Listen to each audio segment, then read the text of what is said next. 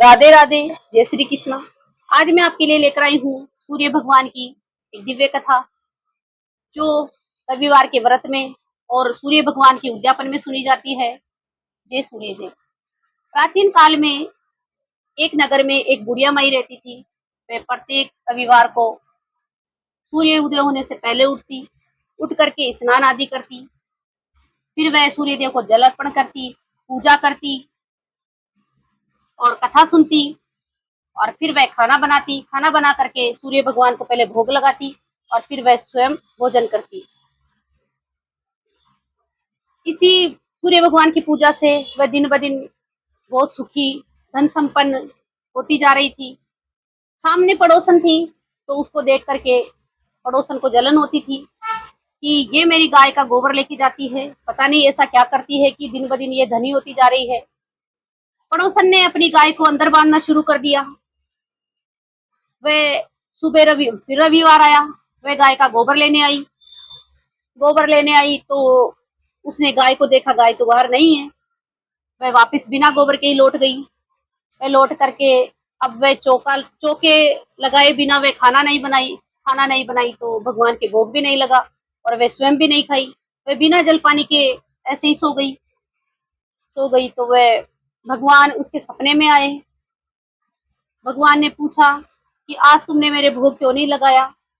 डोकरी माई ने बोला कि भगवान, मैं चौका कैसे लगाती, पड़ोसियों की तो गाय नहीं है, मैं गोबर कहाँ से लाती, और गोबर से लिपे बिना मेरा घर शुद्ध नहीं होता, मैं भोग कैसे बनाती और आपको कैसे लगाती। भगवान ने स्वप्न में कहा कि डोकरी माई, मैं तुमको ये दिव्य गाय देता हूँ, तुम इसकी पूजा करो, तुम्हारी हर मनोकामना पूरी करेगी। ऐसा करके भगवान अंतर ध्यान हो गए। डोकरी माई सुबह जल्दी उठी। उठ करके उसे सपने की याद आई, वह बाहर गई। बाहर वास्तव में एक बहुत सुंदर सी गाय खड़ी थी। डोकरी माई उस गाय को देख करके बहुत खुश हुई।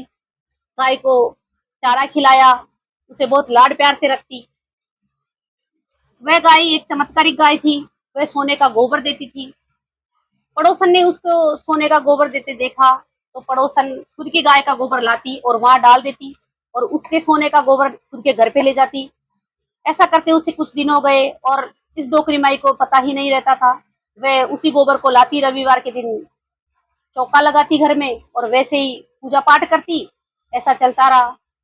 सूर्य भगवान ने सोचा कि अपन ने इस डोकरी माई को कितना धन दिया, जबकि इसके पास पहुंचा ही नहीं, इसको पता ही नहीं है।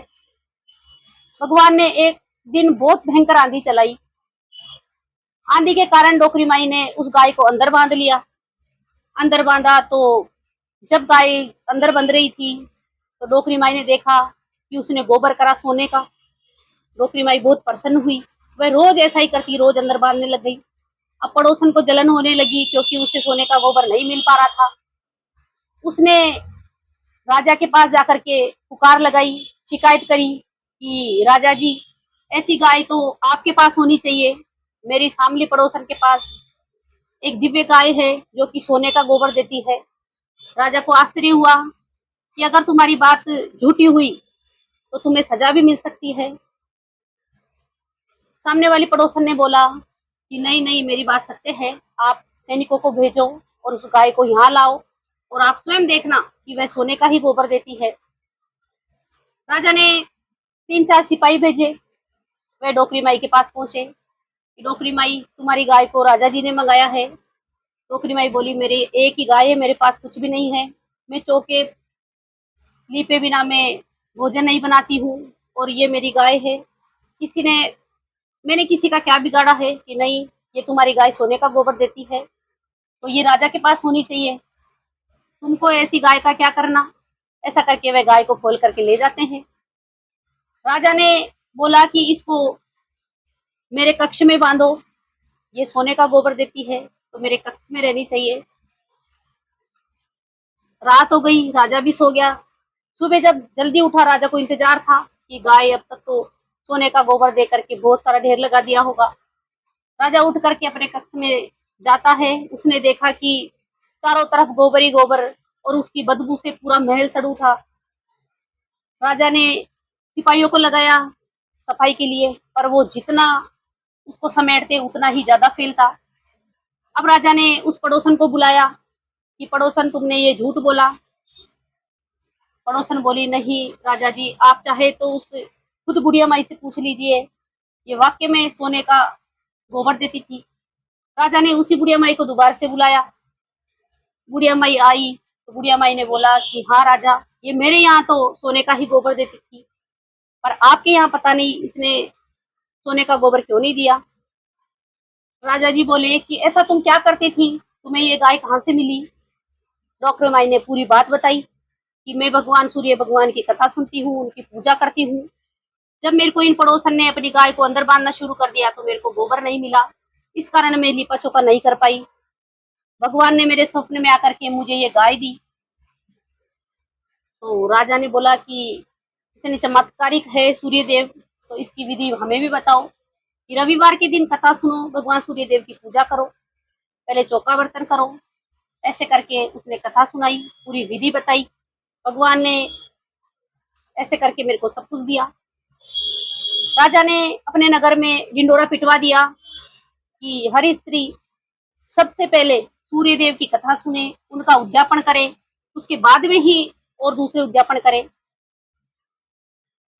तो ऐसा करके उस डोकरी माई को धन्यवाद बोलते हैं और उसकी गाय वापस लौटा देते हैं। डोकरी माई के और भी ज्यादा ठाट हो जाते हैं और उस नगर में सब औरतें ये व्रत करना स्टार्ट कर देती हैं, जिससे कि उनमें सुख समृद्धि आती है, धन की प्राप्ति होती है, निसंतान स्त्री को पुत्र की प्राप्ति होती है।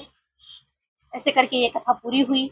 हे भगवान सूर्य देव, जैसा उस डोकरी माई को दिया सबको देना, कहने वाले को, सुनने वाले को, पुकारा भरने वाले को। कथा पूरी हो, अधूरी हो तो पूरी करना, पूरी हो तो प्रमाण देना और सबको सुख समृद्धि देना और सबकी इच्छाएं पूरी करना। जय सूर्य देव।